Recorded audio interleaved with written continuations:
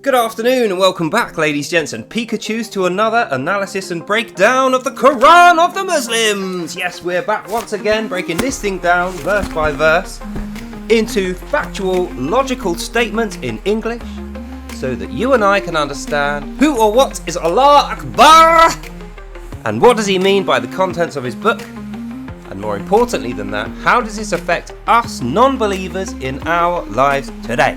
So, before I start, as I always do, I'm going to tell you now, please buy and read one of these, an Arabic-only Quran, if you wish to fact-check me or doubt any of the things I am going to say. And I hope you do, because once you have done that, you will recognise everything I'm about to say now is 100% true of the words of Allah and what Muslims believe today. So, if you've been keeping with the series, you'll realise that we've been reading through AL-NIISA. We got quite far through it, and what I thought as a special little treat to you, because I love you so dearly, oh readers, listeners and viewers, is we will actually not continue reading this verse by verse. So, the reason is this. In the last episode, for those of you who watched it, you will have seen this already, there was this clip. Because what's going to happen is they are sincerely looking for God, they want to be serving God, and they're going to realise this is the book of God, not the Quran. And during that clip, as you saw there, I held up the Holy Bible just to a random page that I opened.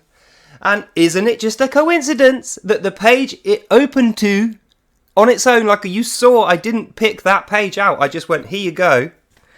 The page that God had it opened on, not me, God did that, had this particular message in. Psalm 76. In Judah, God is known. His name is great in Israel, i.e. it's definitely not Allah. His abode has been established in Salem. His dwelling place in Zion. There he broke the flashing arrows, the shields, the swords, and the weapons of war. So we know from this which God led us to, randomly, coincidentally, in Judah, God is known. His abode has been established. His dwelling place is in Zion, i.e. it's in Israel. He's the God of Israel. There he broke the flashing arrows. Now think about it. Back here, in this time, how would an arrow ever be able to flash? What is a flashing arrow? It's a missile. How the hell did he know that there was going to be missiles and that he was going to break them? Because God's biblical prophecy is solid, as we know. I've done several videos on it, so we know God's prophecy is tight, it's accurate, it's happening, and we are saved from those disasters through the mercy of Jesus Christ. Whose book is this, dear leaders, readers, ladies, gents, and Pikachusers? He goes on. Glorious art thou, more majestic than the everlasting mountains. Thou start-hearted, were stripped of their spoil, they sank into sleep. All the men of war were unable to use their hands. At thy rebuke, O God of Jacob, both rider and horse lay stunned. So if we break that down, this is even better than the last bit. Glorious art thou, more majestic even than the everlasting mountains. Now, what are the everlasting mountains, you wonder? What is a mountain? It's something that's hard to climb and treacherous on the way down, but at the top gives you a great view. So mountains are the trials of your life, where when you reach the summit you learn something new, and on the way back down you might be facing some problems, and then you're going to have lots of these mountains in your life. So we know God is more glorious than any of the trials and tests you're going to face in your life. He's saying he will help you through those trials because he is more glorious than anything else you will find. And the way we know this is because he says, the stout-hearted were stripped of their spoil.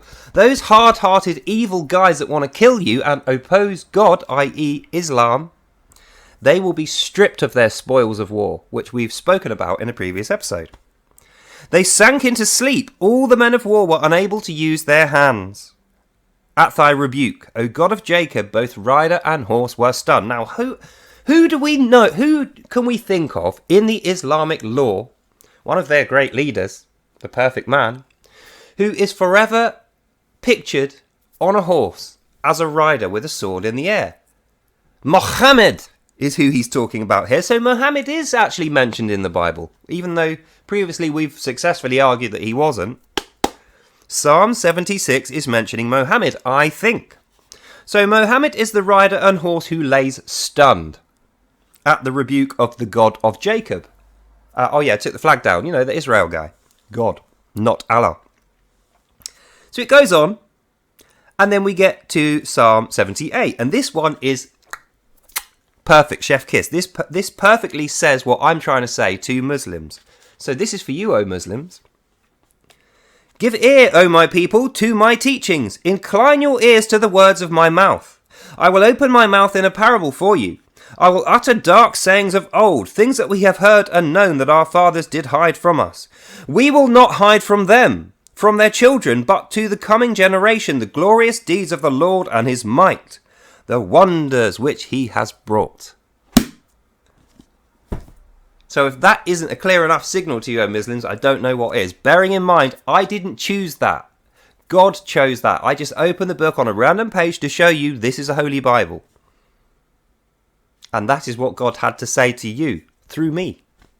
I am God's messenger there to you. And I'm not dead, I'm alive, I'm breathing, living here right now. You can talk to me on my page if you comment. You saw the demonstration of what God's message through me to you is through this. And you heard the bit before about how God's definitely known, lives in Israel, is in Zion, and is glorious, mighty, and peaceful, and doesn't want you to die. He's going to break the flashing arrows. They're not going to harm us, and they haven't harmed us, and they will not harm us because they are the tools of Satan, the weak one, the schemer and deceiver, who is trapped forever in hell and needs you to do his dirty work.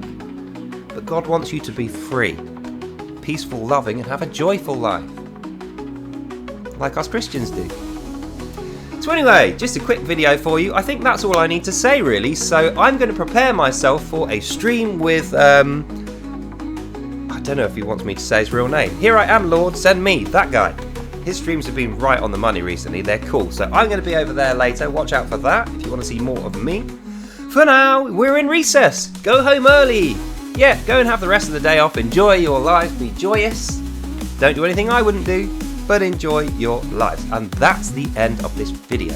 So, in summary, God is the God of Jacob, Abraham, Moses, and our fathers, who is not Allah, who is actually God, Yahweh, and his Son, his Holy Son, the Anointed One, the Lord of all things, is Jesus Christ, who through me and this has led you to seeing further proof of this, to entice you back to the real straight path, which is not the one Allah talks of, but is the loving path, the path of mercy, the path of love, which I hope you'll join us on, because it's really good fun and it's cool. We get salvation, we get rewarded in life, and we see miracles like that. That's a mini miracle you just saw there with me opening a random page to that specific page.